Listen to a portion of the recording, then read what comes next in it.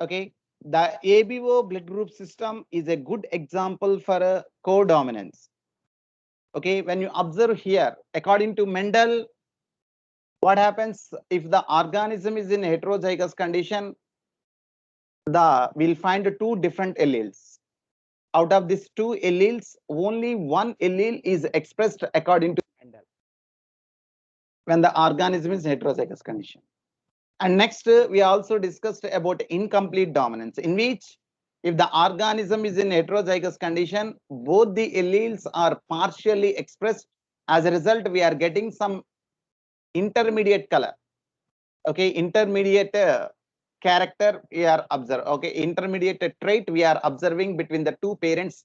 Okay, between which the cross is done. But in codominance, what happens? Okay, in a heterozygous condition, if there are two different alleles, which are present, okay, these two alleles will express itself without undergoing any change. Both the alleles are expressed. In the heterozygous condition, there are two different alleles and both the alleles are expressed. Okay, like in case of the persons who are having a AB blood group, in those we'll find IA and IB alleles, and both the alleles are not same. They are slightly different forms of the alleles. Okay, and they produce a slightly different forms of sugar polymers, and both are produced on the membrane of RBC if the person's blood group is AB, because both the genes are dominant alleles and both are expressed simultaneously without undergoing any change. And such a phenomenon we are calling it as a codominance. So the ABO blood group system is a good example for a this codominance. Okay, that is what we can see here.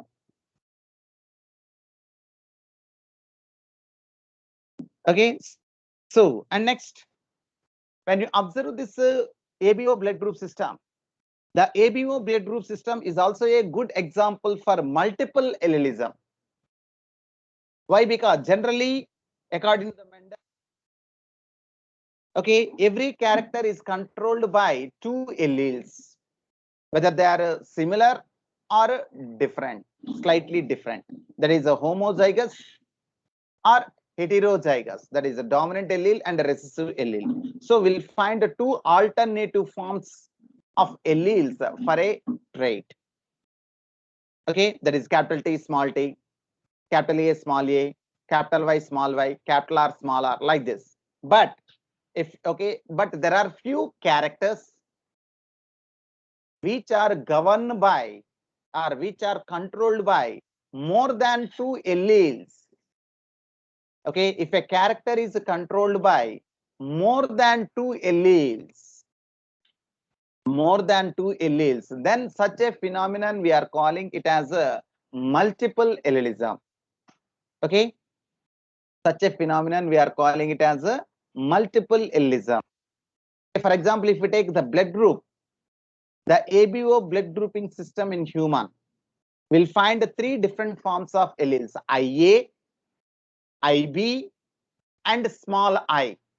So we are finding three different forms of the I gene, which is involved in blood grouping in humans. So such a phenomenon we are calling it as a multiple allelism. So ABO blood group system is not only an example for codominance, it is also an example for a multiple allelism. That is what we can see here. So do you realize that the example of ABO blood grouping also provides a good example of multiple alleles? Have you seen that there are more than two? Okay, there are more than two, that is three alleles governing the same character. Character is controlled by three different forms of alleles: IA, IB, and small I. So more than two alleles, that is three alleles governing one character. Such a phenomenon we are calling it as a multiple allelism, and the alleles we call it as a multiple alleles. Since an individual only two alleles can be present. Multiple alleles can be found only when when population studies are made. So if you are studying a individual, okay, as the organisms are deployed, usually deployed, so we'll find as the organisms are deployed, we'll find only two alleles. So we can't study the multiple allelism by studying a individual genetics or the genetics of an individual. So we have to go with that. That means if that character is represented by alleles, how we can understand means when we study the alleles related to that character in all over the population, then only we can understand that, okay, the multiple allelism is observed or not for that character. So population genetics, we have to undergo population genetics. That means we have to study the genetical composition at a population level. Then only we can understand whether the character is showing multiple allelism or Mendelian allelism. Okay, there is a so if you want to study about the multiple allelism, we have to study population genetics or genetics at a population level. Okay, that is. And next, that is okay. Generally, what we have said, okay, one gene controls only one character. One gene controls one character. That is what we said. And next, and each trait, okay, when you observe each character is may generally, okay, has two alternative forms. Each character is having two alternative forms. Understand? But there are some genes which will control more than one character. Okay, that's what we can see. Occasionally, a single gene product may produce more than one effect. Okay, single gene product may show more than one effect. For example, the starch synthesis in pea seeds. Okay, the gene which is involved in the synthesis of starch in pea seeds. That is, okay, pea means the garden pea. Okay, when you observe the gene which is involved in the production of starch in a pea seeds, okay, it has got multiple, okay, the gene will show multiple effects. That is, it has two alleles, capital B and small b. That means this starch synthesis gene was represented by B. So homozygous dominant is represented as capital B, and homozygous recessive is represented as small b. So the two alternative forms of the genes for okay, the starch producing gene is capital B, small b. And next, the starch is synthesized effectively by capital B, homozygotes, and therefore large starch grains are produced. Okay, when you observe here, okay, if the organism is having a homozygous dominant, that is capital B, then what happens? There is more starch production because both are dominant. So, okay, there will be a more production of starch as a result. Okay, therefore the starch grains are, okay, large starch grains are produced. And next, in contrast, the okay, homozygous recessive, that is small b, homozygotes have lesser efficiency in starch synthesis and produce small starch grains. Okay, when you observe here, okay, when the organism is in a homozygous dominant condition, okay, that means capital B, okay, genotypic composition is observed, means at that time the production of starch will be more. As a result, the starch grains are also larger in size. Okay, when you observe the homozygous recessive plant, in that the genetic composition is a small b. So in this case, production of starch will be less, and the size of the starch grains is also small. Okay, and next, after maturation of the seeds, that means as the seeds get matured, capital B seeds are round and small b seeds are wrinkled.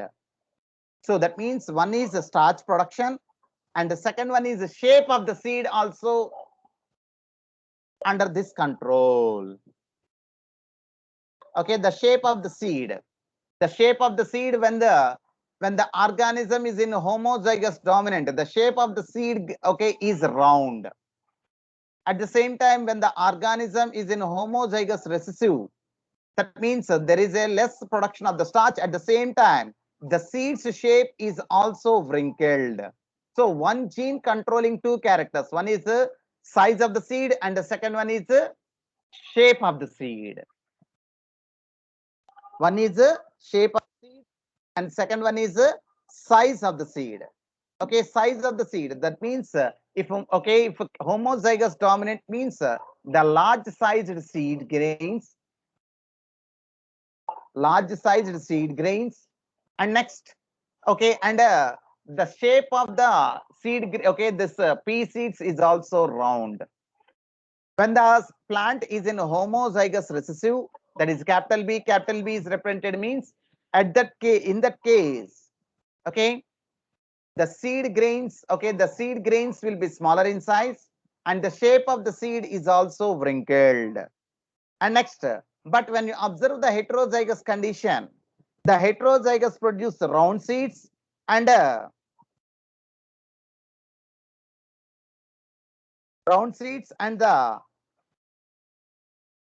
and so the B seems to be the dominant allele, but the starch grains produced are of size in the capital B, small b seeds. That means if the organism is in a heterozygous condition for this starch production, that is capital B star small b, in that case, okay, what happens means the production of the starch is intermediate between the homozygous dominant and homozygous recessive. It is not producing large amount of starch.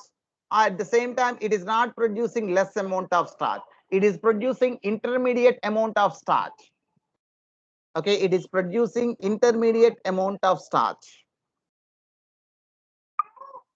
Okay, and at the same time, the shape of the seed is round. So here we can observe the shape of the seed is showing complete dominance. That is round and wrinkled. Among round and wrinkled, round is dominant and wrinkled is recessive. But when it comes to production of starch, when it comes to the production of a starch, okay, when it comes to production of the starch, okay, when it is present in homozygous dominant, a large amount of starch is produced. When it is present in homozygous recessive, less amount of starch. But when the organism is in heterozygous condition, that is capital B, small b condition, then the production of the starch is also intermediate. So we can see that the starch producing gene is showing incomplete dominance, whereas the shape of the seed is showing complete dominance. Okay, that means from this what we can understand is that, okay, that means the expression of any character in an organism is not directly related to the types of the genes that are present in that organism. It's product that is produced from the with the help of that gene, whatever the product that is produced with the help of that gene, that is playing a very important role in determining the character of that organism.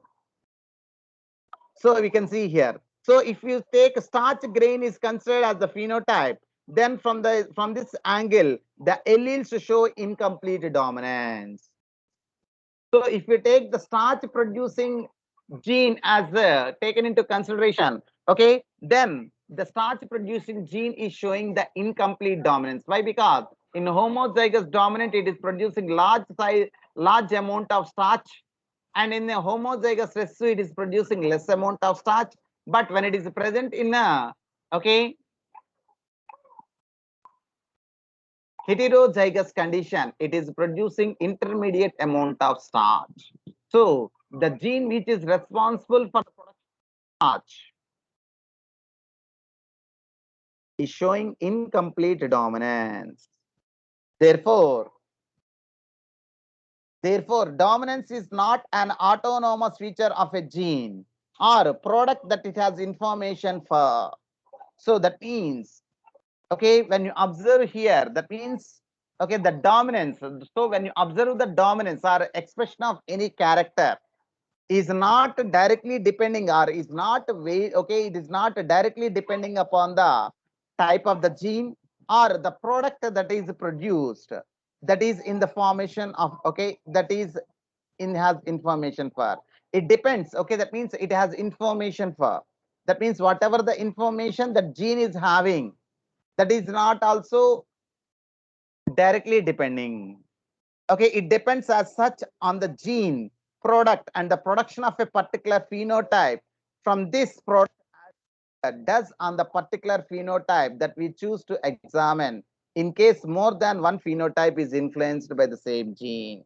So here when you observe here, okay, if one gene is controlling more than one character, for example, we said no, okay, the gene which is involved in the starch production, not only controlling the starch production, okay, the size and shape of the seed also, the size and shape of the seed also.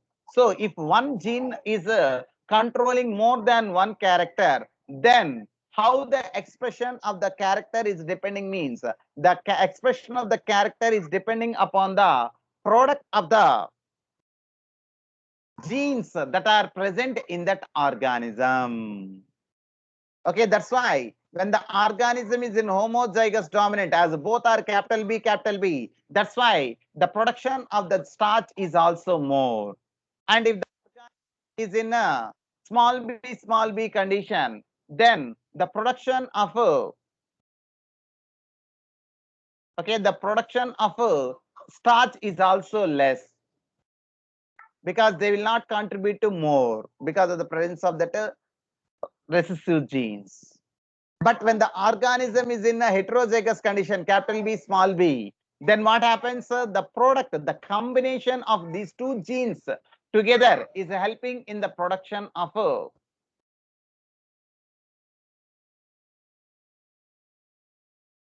okay, production of that gene. Okay, that is okay. That is about this some of the deviations of Mendel from a monohybrid cross. These are all related to monohybrid cross. The incomplete dominance, okay, concept of dominance, and next codominance, multiple allism, okay, and this one gene controlling more, okay, one gene showing more than one phenotypic effect. Okay, that is. Anybody is having any doubt up to now?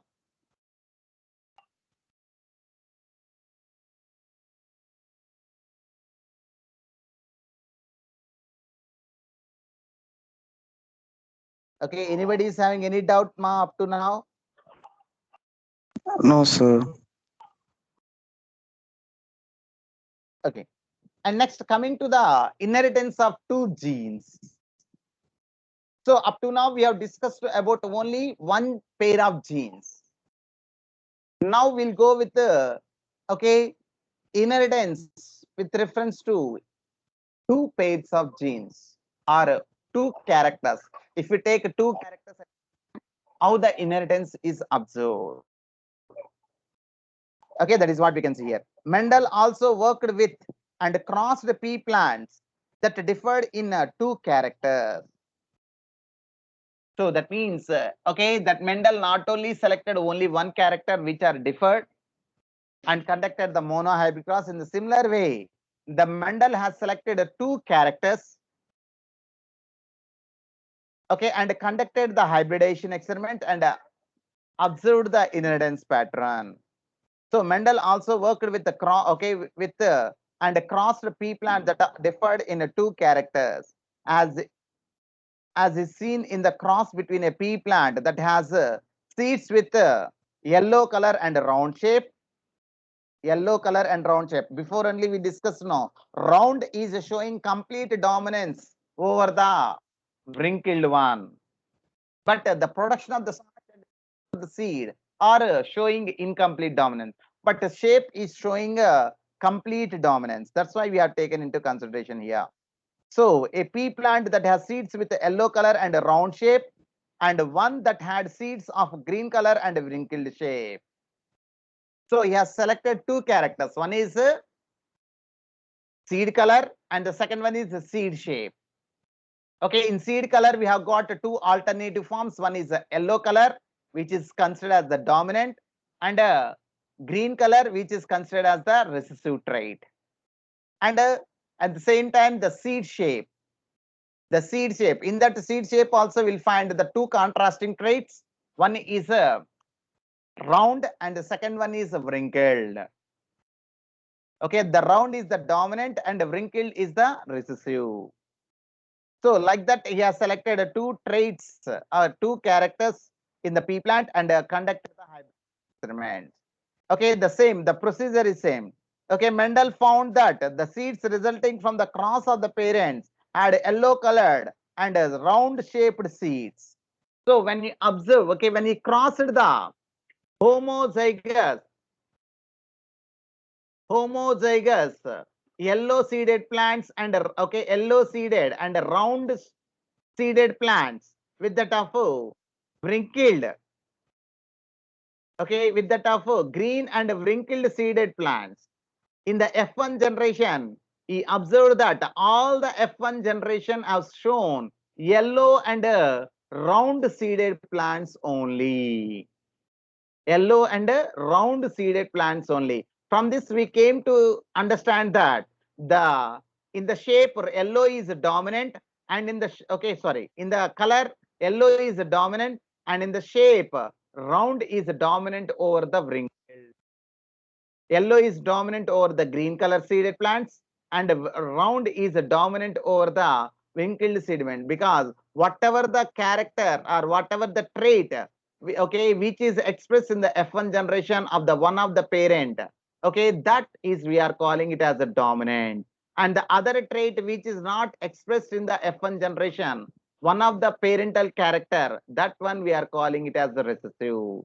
So here yellow and round are considered as the dominant traits, whereas the green and wrinkled are considered as the recessive traits for a seed shape and a seed color.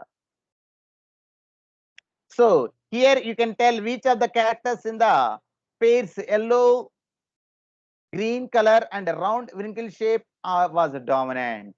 So among round and green, okay, so round and wrinkled, round is dominant, and among yellow, yellow is dominant over the green, because these two are expressed in the F1 generation. According to Mendel, whatever the trait that was expressed in the F1 generation, that is considered as the dominant, and the other one which is not expressed is considered as the recessive. So thus yellow color was dominant over green and round shape dominant over the wrinkled. These results were identical to those that he got when he made separate monohybrid crosses between yellow and green seeded plant and between round and wrinkled seeded plant. So to confirm which is dominant and which is recessive among the seed shape and seed color, what he has done means he has conducted a monohybrid cross. Okay, monohybrid cross by taking seed shape, and monohybrid cross by taking the traits of okay, the seed color, seed shape and the seed color. Okay, individually they have conducted the monohybrid cross, and in that monohybrid cross in the F1 generation, among round and wrinkled, round is observed in the F1 generation. Among yellow and green seeded plants, okay, the yellow is considered as the dominant because it was observed in the F1 generation. That's how he is able to understand among the seed shape and seed color which is the dominant, which is recessive. And next, so the hybrids that are obtained in the F1 generation all are heterozygotes, but all have shown the dominant features. And next, he selfed the F1 generation to obtain the F2 generation. What he has done? He has undergone selfing. Okay, he has undergone a selfing. Okay, to understand the inheritance pattern at F2, okay, at the second generation level. So that's what we can see here. Let us use the genotypic symbols Y for dominant yellow seed color, and small y for recessive green seed color, and capital R for round shaped seeds. Okay, capital R for round shaped seeds, and small r for a wrinkled seed shape. Okay, small r for a wrinkled seed shape. And next, the genotype of the parents can then be written as capital R, capital R, capital Y, and small r, small r, small y, small y. And next, the cross between the two plants can be written down as in figure 5.7, showing the genotypes of the parents. Okay, parent plants. The the gametes, capital R, capital Y, and small y, unite on fertilization to produce the F1 hybrid. That is capital R, capital Y, small y. So all the F1 generation are hybrids and all are heterozygotes, and they have got genotype like a capital R, small y. Okay, capital R, capital Y, small y. So when Mendel self-hybridized the F1 plants, he found that 3/4 of the F2 plants had yellow seeds and 1/4 had green. And at the same time, the yellow and green color segregated in a 3:1 ratio, and a round and wrinkle seed shape also segregated in a 3:1 ratio, just like a monohybrid cross.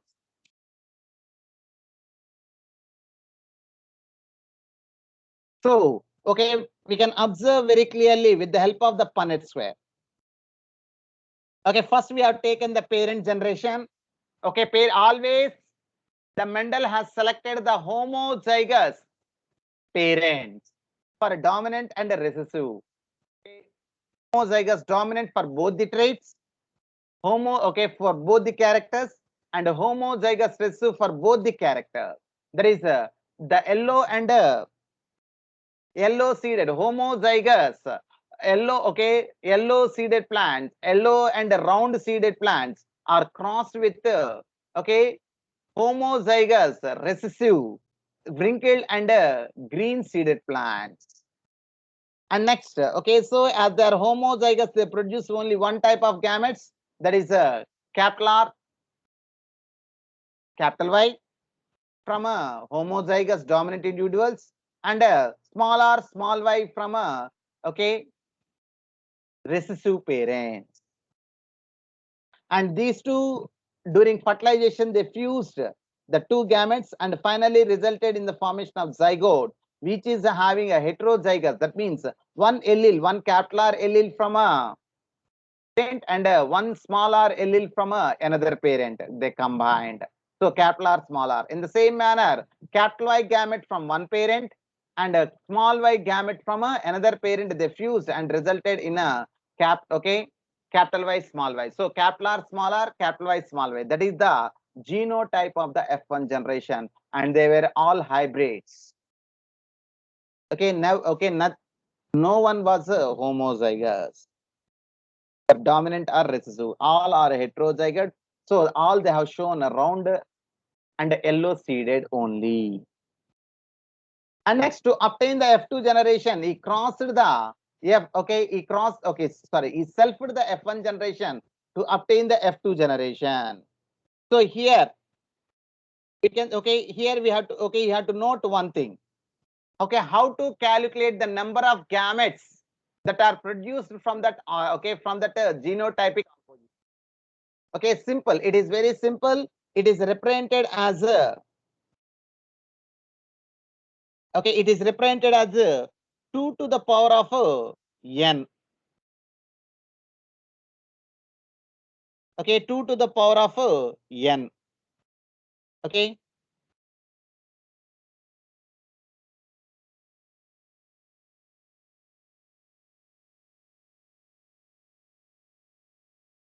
Okay, the formula is 2 to the power of n.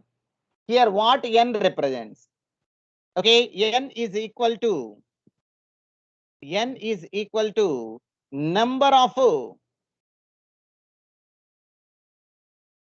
number of heterozygotes. Number of heterozygotes. Okay, where what is the n represents means n represents number of heterozygotes.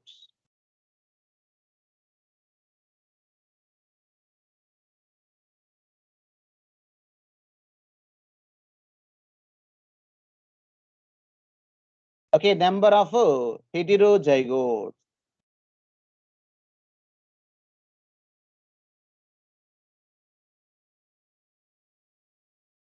Okay, number of heterozygotes. What is the value of n mean? What the n represents means? N represents number of heterozygotes. For example, I'll give you one example. Suppose if the combination is like this.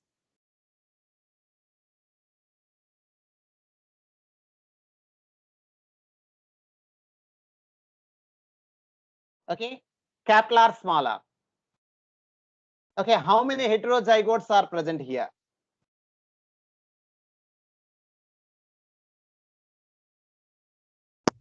Sir, 2. 2. Yes, very good. Okay, there are 2 heterozygotes. So what is the formula? 2 to the power of 2 to the power of 2. That is n value is 2 now. Number of heterozygotes. What is the n value means? Number of heterozygotes. How many heterozygotes? 2. So 2 to the power of 2 is equal to 4. that is the value. So see how the heterozygotes have been formed. So here that means here during gamete formation, meiosis will occur. So any allele can combine with any other allele.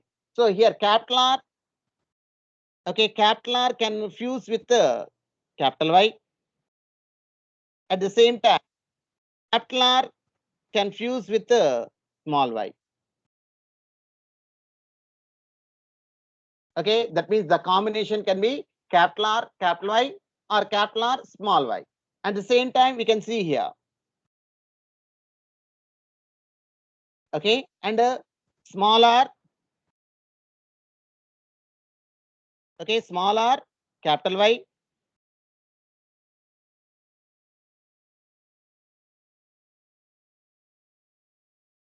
Small r, small y. Understand? So how many gametes we have got? One with the capital R, capital Y, another one with the capital R, small y, and the third one as a small r, capital Y, and the fourth one as a small r, small y. So how many gametes we can get? 4 different types 4. of gametes. So here now you got it. For example, if you I'll give you another example.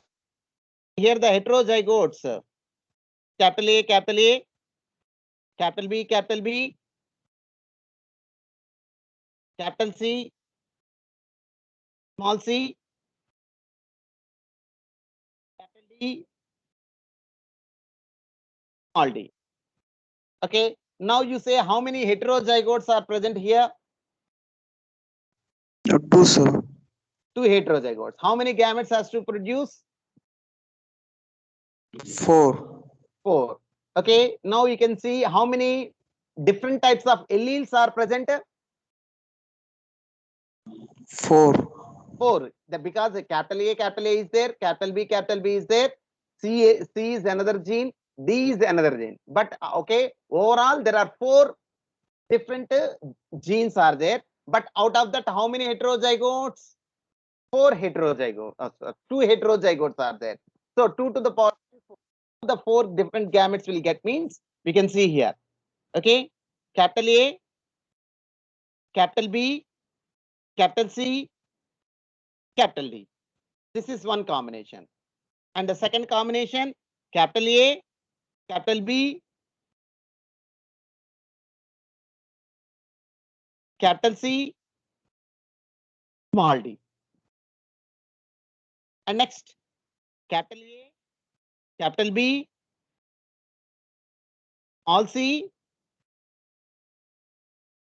D.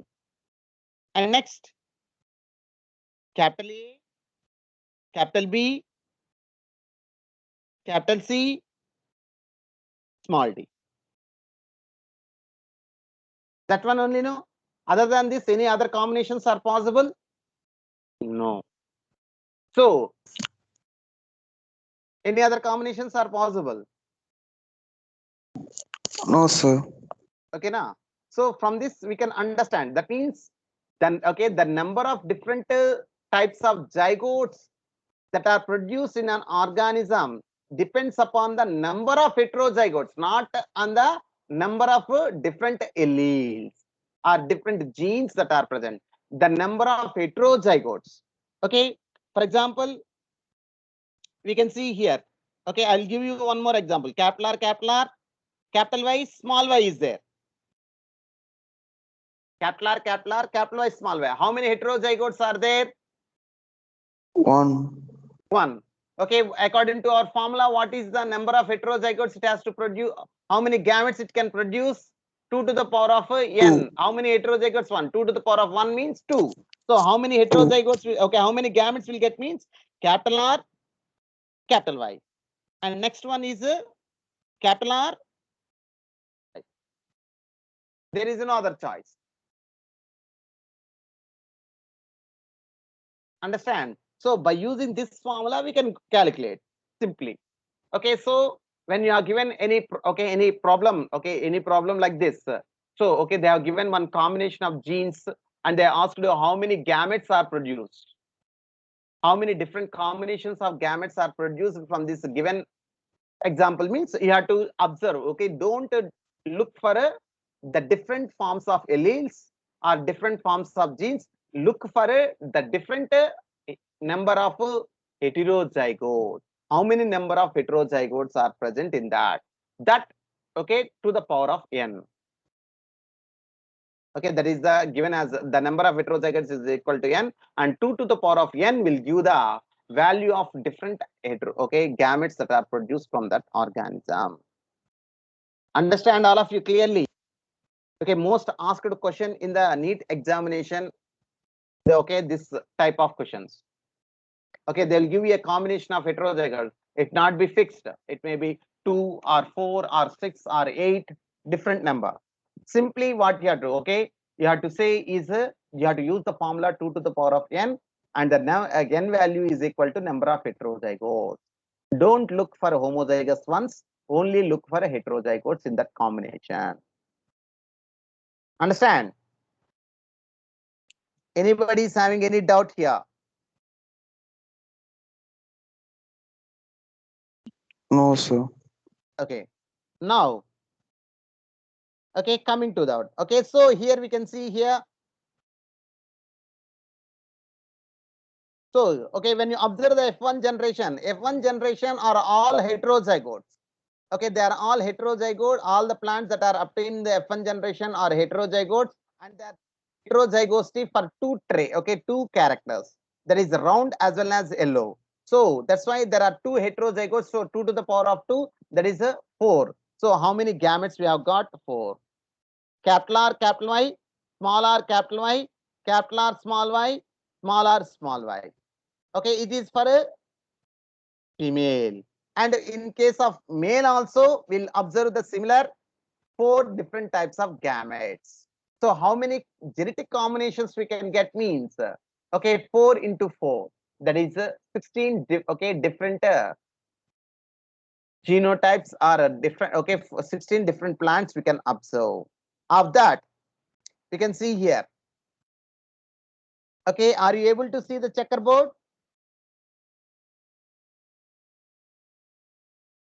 Yes, sir. Okay. Okay, when you see the checkerboard, in the checkerboard we can observe. Okay, how many yellow seeded plants or yellow seeds we have obtained? 1, 2, 3, 4, 5. This is okay, even though it is wrinkled, it is yellow only. Remember, okay, yellow. We are not looking for a yellow, okay, yellow and round. We are looking only for one character, that is yellow. So how many yellow seeded plants? 1, 2, 3, 4, 5, 6, 7, 8, 9, 10, 11, 12. Okay. What is the contrasting trait for yellow? Green. How many green seeded plants? Okay. 1, 2, 3, 4. So what is the number that we have got? Means 12 yellow and 4 green. When you convert into ratio, it will comes like a 4 3s 12, 4 1s 4. So 3. So even if it is in combination also, when you separate, if you take a individual one, the mono hybrid, okay, we'll get the ratio of 3:1. In the same manner, we can observe with round also. Round, you see, 1, 2, 3, 4, 5, 6, 7, 8, 9, 10, 11, 12. Even though these are round, okay, even though they are green, but they are round. So we have to take this round also into consideration. So this 3 plus 9, okay, 9 plus 3, 12. And how many wrinkled? 1, 2, 3, 4. So 4 are wrinkled. So 12:4. That is a 3:1. So even when they are separated or even in their combination, they are following the Mendel's ratios. And next, observe the genotype. The genotype is also same. We can observe the genotype. What is the genotypic ratio of monohybrid cross? What is the genotypic ratio of monohybrid cross? Can anyone say? 1:2:1. So that means the genotypic ratio of monohybrid cross is 1:2:1. So when you observe here, okay, the dihybrid is nothing but the product of two monohybrid cross. Okay, the product of two monohybrid cross. So when you observe here, that means if you take, okay, if you multiply two monohybrid ratios, automatically we will get the dihybrid ratio. Okay, if you multiply, that means if you product, okay, the product of two monohybrid cross is nothing but a dihybrid cross. For example, if 3:1, okay, sorry, is to 1, that is the monohybrid ratio.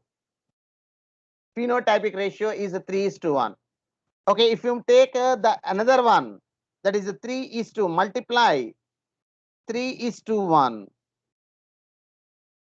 So how, what will get 3? Okay, 3 3s 9:2, and next 1 3s 3:2, and next 3 1s 3 1. So the phenotypic ratio, the phenotypic ratio of a dihybrid. Okay, the phenotypic ratio of a dihybrid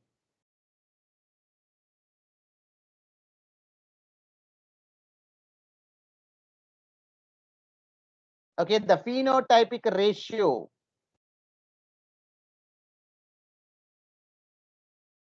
okay, the phenotypic ratio of a dihybrid is 9:3:1. 9:3:1. So the external appearance, what are these 9? When you observe here, we can observe very clearly. Okay, 9 are round and yellow. You can see here.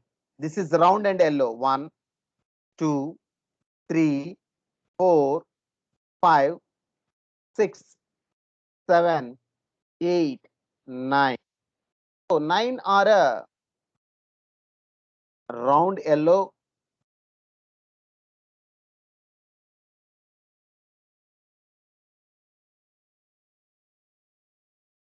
Okay, 9 round yellow. And next, when you observe the next three, okay, when you observe here, okay, these are yellow only, but they are not round. So here they are yellow wrinkled. That combination we can say.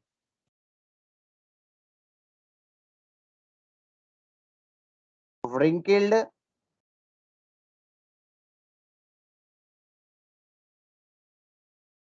yellow. Okay, how many wrinkled yellow are there? 1, 2, 3, 3. sir. 3, right. So that one we'll say here. Next, round green.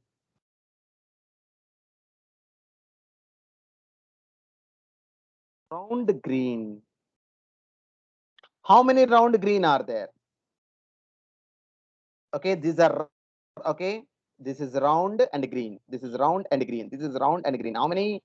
3. So that one will take here. And next, wrinkled green.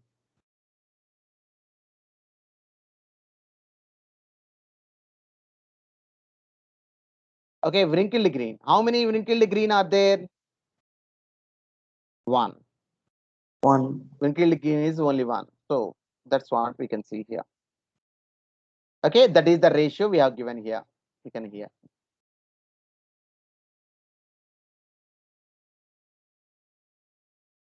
Okay, this is 9:3:1 ratio. How like this?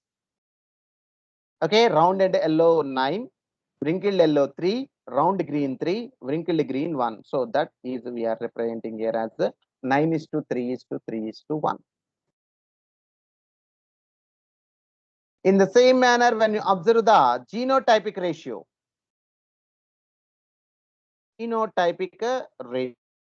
ratio. Okay, the genotypic ratio. What is the genotypic ratio of monohybrid cross? 1:2:1.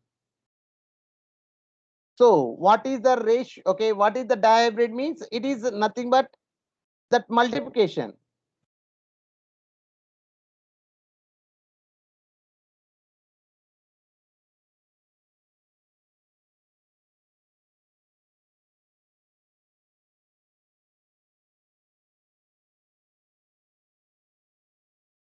Okay, so one is multiplied with another 1:2.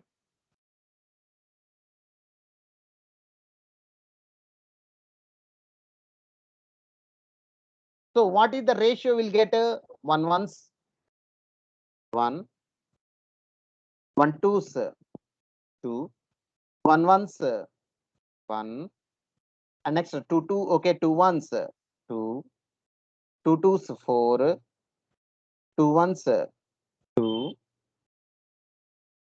1:2, 2:1. So this is the genotypic ratio of a dihybrid cross.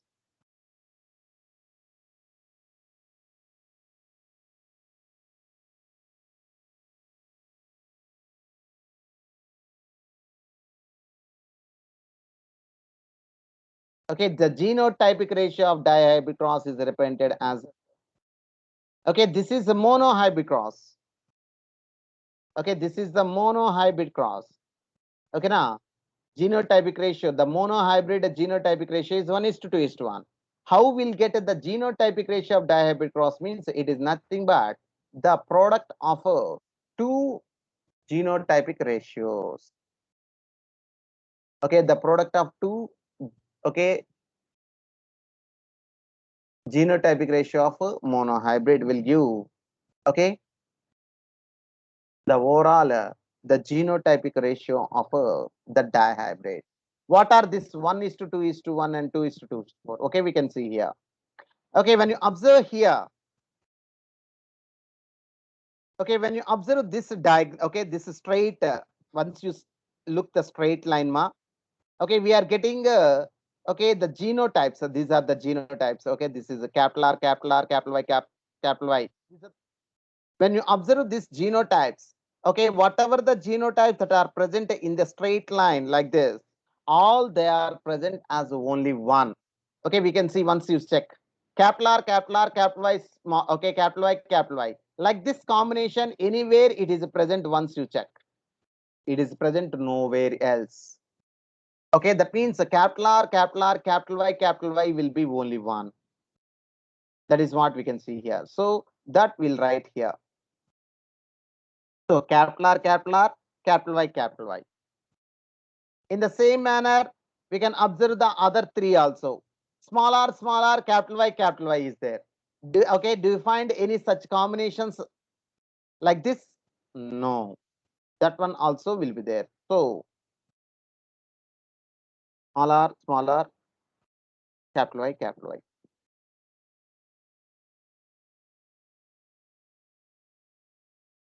In the same manner, we can observe capital R, small y.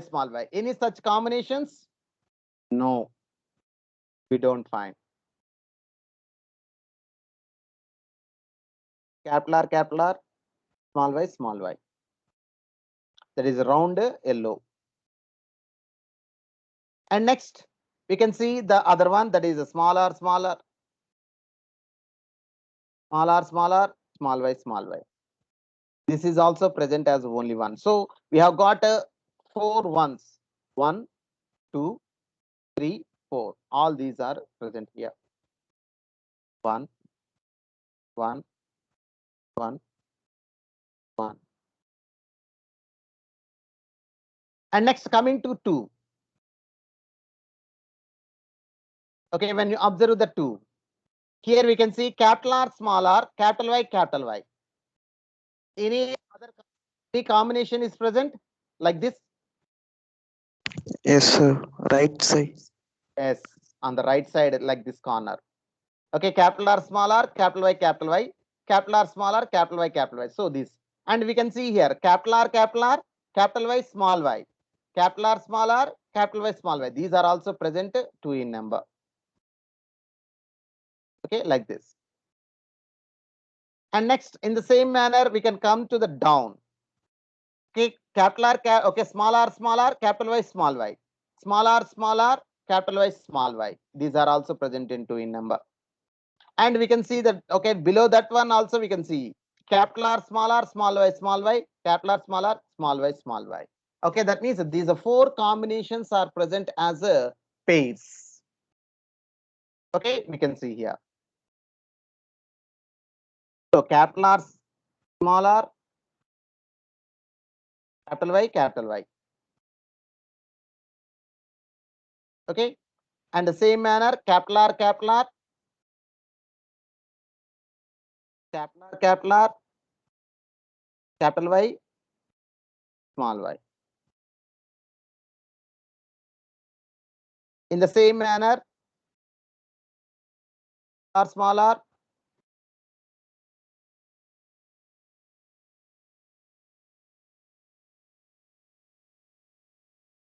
capital Y. No.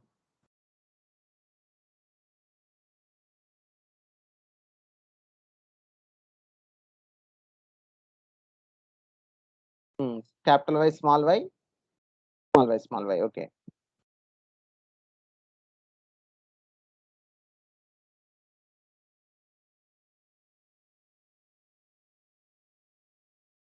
Small y. Next, capital R,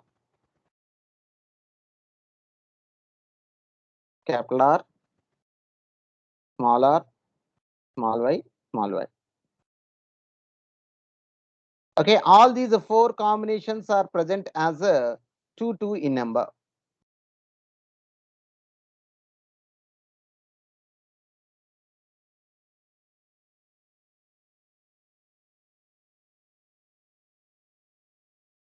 And there is only one combination, that is a capital R, small r, capital Y, small y. This is present as a 4 in number. That's what we can see here. So when you observe, okay, you have seen this line, no? If you see the straight line like this, capital R, small r, capital Y, small y, capital R, small r, capital Y, small y, capital R, small r, capital Y, small y, capital R, capital Y, small y. Okay, these two, okay, all these are same, 4 in number. So that's what we have represented here. So that's what. So 4 ones, this is 1, 2, 3, and 4. And the same time, 2 are also 4 in number. 1, 2, 3, 4. But there is only one 4. There is this. So the ratio also can be represented as 1:1:1:1, 2:2:2:2:2 That's like that also we can write. Or for our better understanding, we can go with the okay 1:2:1 into 1:2:1 and multiply it. We'll get 1:2:1 is to 2:4 is to 2 is to 1:2 is to 1. So 4 ones, 4 twos, and 1 4. That is the genotypic ratio of a dihybrid cross. Those are the different combinations we'll get like this. So when these 4 different gametes of male, okay, fuses with the 4 different gametes of a male, female with male, then the resultants will be out, okay, out of 16, okay, 9 are a round and yellow, 3 are a round green, and 3 are a, okay, wrinkled yellow, and 1 is a round green. 9:3:1. And the genotypic ratio as given as 1:2:1, is to 2:4:2, is to 1:2:1. Okay, that means that the dihybrid cross is nothing but the product of two monohybrid crosses. That is okay. That is about the dihybrid cross.